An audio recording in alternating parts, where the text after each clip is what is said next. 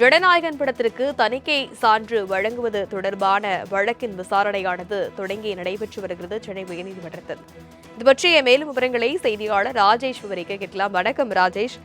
ஜனநாயகன் படத்திற்கு தணிக்கை சான்று கிடைக்கக்கூடிய பட்சத்தில் படம் எப்போது வெளியாகும் என எதிர்பார்க்கலாம்? தனலட்சுமி, முதலாவது இதனுடைய வாதங்கள் என்பது தொடர்ச்சியாக போய்கொண்டிருக்கிறது. இந்த ஜனநாயகன் படத்திற்கான அந்த எதிர்பார்ப்பு என்பது அதிக அளவில் இருந்தது. குறிப்பாக விஜய் ரசிகர்கள் மத்தியில் பொங்கலுக்கு இந்த ஜனநாயகன் பொங்கல் என்றெல்லாம் அவர்கள் தங்களுடைய எக்ஸ் தளத்தின் வாயிலாக அந்த ட்ரெண்டிங் செய்யக்கூடிய விஷயங்கள் எல்லாம் நம்மால் பார்க்க முடிந்தது. இந்த சென்சார் போர்டு அதற்கான அந்த சான்று வழங்காததன் காரணமாக படம் வெளியாகவில்லை. இது தொடர்ந்து வழக்கு என்பது சென்னை உயர்நீதிமன்றத்தில் தொடரப்பட்டிருந்தது. தற்பொழுது தனி நீதிபதியினுடைய அந்த உத்தரவை எதிர்த்து சென்சார் போர்டு தாக்கல் செய்த மேல்முறையீட்டு வழக்கு என்பது நடைபெற்று வருகிறது. தணிக்கை குழு சார்பாக கூடுதல் சொலிசிட்டர் ஜெனரல் சுந்தரேசன் ஆஜராகி தன்னுடைய வாதங்களை முன்வைத்து இருக்கிறார். இரண்டு தரப்பிலுமே இருந்து 30 நிமிடங்கள் வாதிடுவதற்காக தலைமை நீதிபதிகள் அறிவுறுத்தி இருக்கிறார்கள். அந்த அடிப்படையில் தற்பொழுது சென்சார் போர்டு தரப்பில் ஆஜராகி இருக்கக்கூடிய வழக்கறிஞர் சுந்தரேசன் தன்னுடைய வாதங்களை முன்னெடுத்து இருக்கிறார்.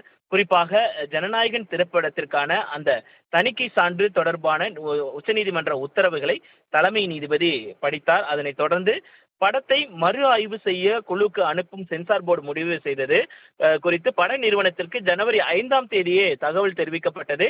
6ஆம் தேதி தான் சான்று கோரி பட நிறுவனம் வழக்கு தாக்கல் செய்தது என்று சென்சார் போர்டு தெரிவித்திருக்கிறது. படத்திற்கு தணிக்கை சான்று நிராகரித்து உத்தரவிடுவதற்கு முன்பாகவே பட நிறுவனம் வழக்கு தொடர்ந்துள்ளது என்று சென்சார் போர்டு ஒரு குற்றச்சாட்டை முன்வைத்திருக்கிறார்கள். குறிப்பாக இந்த வழக்கில் நாம் உன்னிப்பாக பார்க்க வேண்டிய ஒரு விஷயம் என்னவென்றால், சென்சார் போர்டில் இருக்கக்கூடிய ஒரு உறுப்பினர் தான் இந்த படத்திற்கு தணிக்கை சான்று வழங்கக்கூடாது என்று எதிர்ப்பு தெரிவித்தார் என்ற செய்தியை நீதிமன்றத்திற்கு படக்குழு சென்ற பிறகுதான் அவர்களுக்கே தெரிய வந்தது. ஏனென்றால் தணிக்கை குழுவில் இருக்கக்கூடிய ஒரு உறுப்பினர் தான் இதற்கான அந்த அனுமதியை மறுத்திருக்கிறார், அவர்தான் புகார் தெரிவித்திருக்கிறார் என்பது அவர்களுக்கு அதிர்ச்சி அளிக்கக்கூடிய ஒரு விஷயமாக இருந்தது. அதே போல கடந்த 6ஆம் தேதி இந்த வழக்கு தொடரும் போதே இந்த படம் மறு ஆய்வு கமிட்டிக்கு அனுப்ப முடிவு என்பதை பட நிறுவனத்திற்கு தெரியும். ஆனால் அவர்கள் இதை எதிர்த்து வழக்கு தொடரவில்லை என்று சென்சார் போர்டு தரப்பு தெரிவித்திருக்கிறது. சென்சார் போர்டு பதில் மனு தாக்கல் செய்ய அவகாசம் வழங்காமல் மறு ஆய்வு குழுவுக்கு அனுப்பிய உத்தரவை தனி நீதிபதி ரத்து செய்துவிட்டார் என்று அவர்கள் தெரிவித்திருக்கிறார்கள். மேலும் மறு ஆய்வு குழுவுக்கு அனுப்பிய உத்தரவை எதிர்த்து வழக்கு தாக்கல் செய்யப்படவில்லை. ஜனவரி 7ஆம் தேதி வழக்கில் வாதங்கள் முடிந்து ஜனவரி 9ஆம் தேதி உத்தரவு பிறப்பிக்கப்பட்டது என்று சென்சார் போர்டு தரப்பிலிருந்து தெரிவிக்கப்பட்டிருக்கிறது. தொடர்ச்சியாக சென்சார் போர்டு தங்களுடைய வாதங்களை அவர்கள் முன்வைத்து வருகிறார்கள். குறிப்பாக தங்களுக்கான அந்த வாதத்தை அவர்கள் முன்னெடுத்திருக்கக்கூடிய சூழ்நிலையில் பல விஷயங்களை அவர்கள் தொடர்ச்சியாக, ஏனால் நாங்கள் சான்று வழங்குவதற்கு தயாராக இருந்தோம், அதே நேரத்தில் ரத்து செய்வதற்கான அந்த வாய்ப்புகள் எதுவும் இல்லை என்பதையெல்லாம் அவர்கள் வாதமாக வைத்திருக்கக்கூடிய சூழலை நம்மால் பார்க்க முடிகிறது. தனலட்சுமி, பட தயாரிப்பு நிறுவனத்திற்கு சார்பாக இந்த வழக்கின் தீர்ப்பானது வழங்கப்பட என எதிர்பார்க்கலாமா?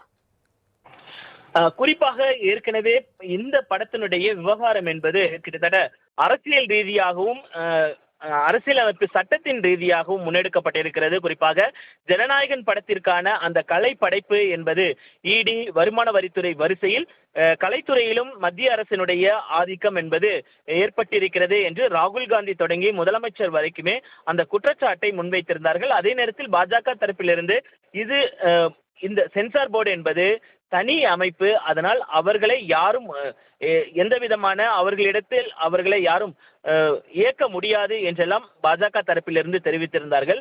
அதே நேரத்தில் ஜனநாயகன் படத்தை அவர்கள் தடை செய்யவில்லை என்பதுதான் ஒரு நாம் முக்கியமாக பார்க்க வேண்டிய ஒரு சூழல் இருக்கிறது. அதாவது படத்தில் சில காட்சிகள் இருக்கிறது, அந்த காட்சிகளை நீக்க வேண்டும், அது தங்களுக்கு உறுத்தலாக இருக்கிறது என்று சென்சார் போர்டில் இருக்கக்கூடிய ஒரு நபர் எதிர்ப்பு தெரிவித்திருக்கிறார். அவர் எதிர்ப்பு தெரிவித்து மறு தணிக்கை செய்ய வேண்டும் என்று அவர் குறிப்பிட்டதன் காரணமாகத்தான் இந்த படத்திற்கான அந்த மறு தணிக்கை என்பது செய்ய வேண்டும் என்று சென்சார் போர்டு முடிவெடுத்திருந்தது. இதை எதிர்த்து தான் அவர்கள் ஜனநாயகன் படக்குழு தரப்பினர் பட நிறுவனம் சென்னை உயர்நீதிமன்றத்தை அணுகியிருந்தார்கள். என்றால் 9ஆம் தேதி அந்த படம் வெளியாக வேண்டும் என்று அவர்கள் ரசிகர்கள் மிகப்பெரிய ஒரு எதிர்பார்ப்பு இருந்தது.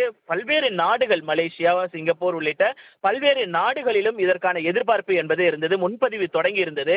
இப்படி இருக்கும் பட்சத்தில் எப்படி அது சாத்தியப்படும்? சென்சார் போர்டு ஒரு சான்றிதழ் வழங்காமல் இருப்பது என்பது எந்த வகையில் பகுதியிலும் ஏற்புடையது அல்ல என்று அவர்கள் ஏற்கனவே தெரிவித்திருந்தார்கள். அப்படி இருக்கும் பொழுதுதான் இந்த வழக்கு என்பது தொடரப்பட்டது. ஆக மொத்தத்தில் மறு தணிக்கைக்கான உத்தரவிடுவதற்கான வாய்ப்புகள் இருக்கு. மறு தணிக்கை செய்த பின்பு இந்த படம் என்பது வெளியாவதற்கான அனைத்து சாத்தியக்கூறுகளும் இருக்கிறது. ஆனால் இந்த மாதம் அந்த வெளியிடப்படுமா என்பதை நாம் பொறுத்திருந்தான் பார்க்க வேண்டும். என்றால் ஒரு படம் மறு தணிக்கை செய்வதற்கு கிட்டத்தட்ட ஒரு வார காலம் ஆகும் என்றெல்லாம் ஏற்கனவே சென்சார் போர்டில் இருக்கக்கூடிய நபர்கள் நமக்கு தெரிவித்திருந்தார்கள். குறிப்பாக பல்வேறு காலகட்டங்களில் இதே மாதிரியான சூழல்கள் ஏற்பட்டிருக்கிறது. ஏனென்றால் சென்சார் போர்டில் இருக்கக்கூடிய அதிகாரிகள் பல்வேறு இடங்களில் பல்வேறு வேலை நிமித்தமும் அவர்களுக்கும் தனிப்பட்ட வேலைகள் இருக்கும் என்பதை அவர்கள் சுட்டிக்காட்டியிருந்தார்கள். அந்த அடிப்படையில் பார்க்கும் பொழுது ஒரு வார காலம் ஆகும் என்று அவர்கள் தெரிவித்திருக்கிறார்கள். குறிப்பாக இப்படி இருக்கும் பொழுது கிட்டத்தட்ட பிப்ரவரி முதல் வாரத்தில் அதற்கான வாய்ப்புகள் இருப்பதாகத்தான் பார்க்கப்படுகிறது. தனலட்சுமி. ராஜேஷ், விஜய் அரசியலுக்கு வந்ததே ஜனநாயகன் படத்திற்கு தணிக்கை சான்று கிடைப்பதில் சிக்கல் என்ற கருத்து நிலவி வருகிறது. உண்மையிலேயே அரசியல் உள்நோக்கத்துடன் தான் தணிக்கை சான்று வழங்கலன்னு எடுத்துக்கலாமா? இல்ல தனலட்சுமி, இது நான் குறிப்பாக முன்பே குறிப்பிட்டிருக்கும் பொழுது அவர்கள் குறிப்பிட்டிருந்தார்கள். ஏனென்றால் முதலமைச்சர் தொடங்கி ராகுல் காந்தி இந்தியாவினுடைய எதிர்க்கட்சி தலைவராக இருக்கக்கூடிய ராகுல் காந்தி வரைக்குமே இந்த படத்திற்கான அழுத்தம் என்பது கொடுக்கப்படுகிறது என்று எதிர்க்கட்சிகள் கடுமையான குற்றச்சாட்டை பாஜக மீது வைத்திருந்தார்கள். அதாவது இடி, வருமான வரித்துறை உள்ளிட்ட அந்த அடிப்படையில் பார்க்கும் பொழுது கலை படைப்புகளுக்கு இவர்கள் ஒரு தொந்தரவை கொடுக்கிறார்கள், ஜனநாயகனுக்கு ஒரு அழுத்தத்தை கொடுக்கிறார்கள் விஜய்க்கு. ஏனென்றால் 2026 சட்டமன்ற தேர்தல் என்பது மிகவும் முக்கியமான ஒன்றாக பார்க்கப்படுகிறது. அதனால் தங்களுடைய கூட்டணியில் இழுப்பதற்காக இந்த மாதிரியான அழுத்தங்களை கொடுக்கிறார்கள் என்று அரசியல் விமர்சகர்கள் கருத்துக்களை முன்வைத்திருந்தார்கள். அதே நேரத்தில் சிபிஐ விவகாரத்திலும் அவர் ஆஜராகி தன்னுடைய விளக்கத்தை அளித்திருந்தார்.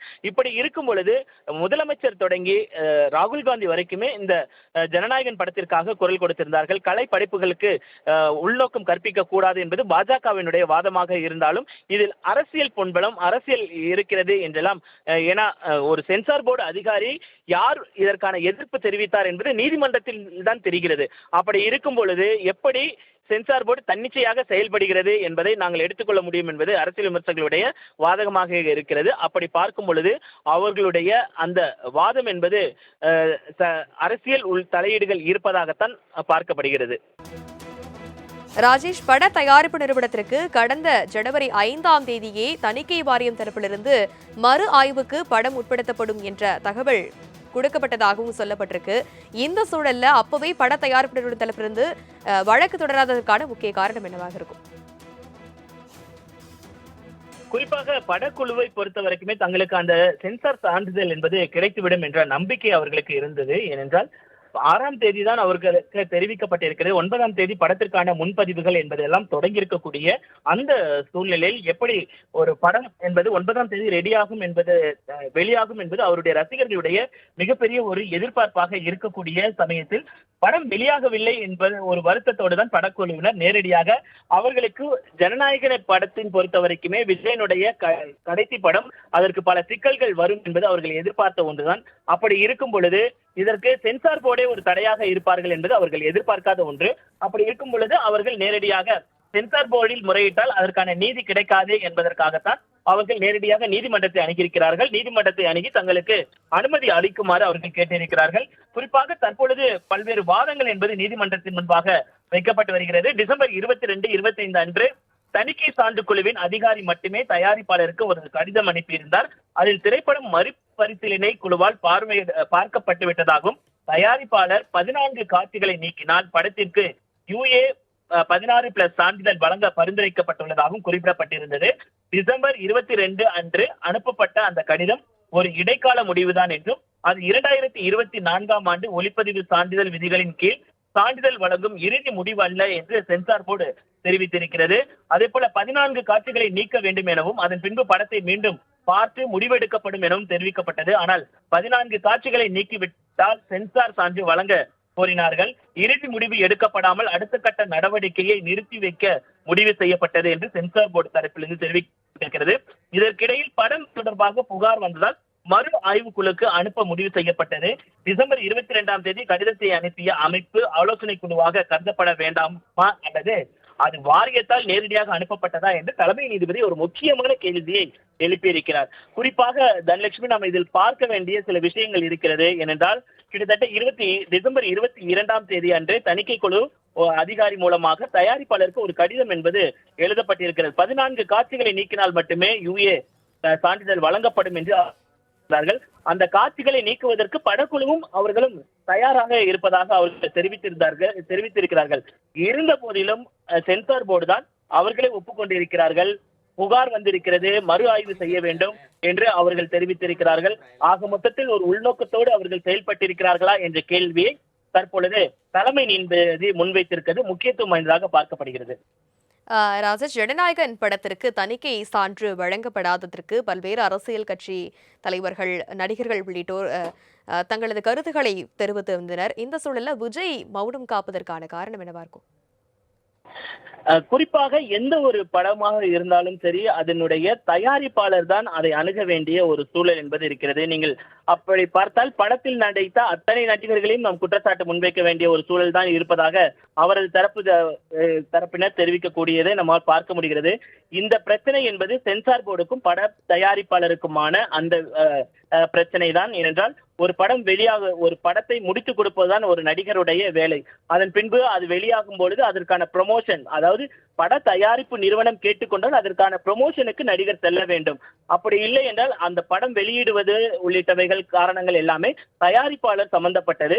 அதில் நாம் தலையிட முடியாது என்பதுதான் விஜயனுடைய கருத்தாக இருக்கிறது. அதன் அடிப்படையில் தான் அவர் மௌனம் காப்பதாக அவரது ஆதரவாளர்கள் தெரிவித்திருக்கிறார்கள். ஏனென்றால் பட தயாரிப்பு நிறுவனம் அதற்கான முன்னெடுப்புகளை எடுத்திருக்கிறார்கள், வழக்கு தொடர்ந்திருக்கிறார்கள், அவர்கள் தரப்பு வாதங்களை முன்வைத்திருக்கிறார்கள், நீதிமன்றத்தை அணுகியிருக்கிறார்கள், உச்ச நீதிமன்றம் வரை சென்றிருக்கிறார்கள். அப்படி இருக்கும் பொழுது அதில் நடித்த நடிகர் மட்டுமே விஜய். அதற்காக விஜயை குரல் கொடுக்கவில்லை என்று பார்க்க முடியாது என்பது அவருடைய தரப்பு வாதமாக இருக்கிறது. அதே நேரத்தில் இந்த படத்திற்காக பல்வேறு தரப்பினரும் அவர்களுடைய குரலை கொடுத்திருக்கிறார்கள், அவரது ஆதரவாளர்கள் குரல் கொடுத்திருக்கிறார்கள். அப்படியான சூழ்நிலையில் விஜய் குரல் கொடுக்க வேண்டிய அவசியம் இல்லை என்பதன் அவர்களுடைய தரப்பு நியாயமாக இருக்கிறது. தனலட்சுமி, விவரங்களுக்கு நன்றி ராஜேஷ்.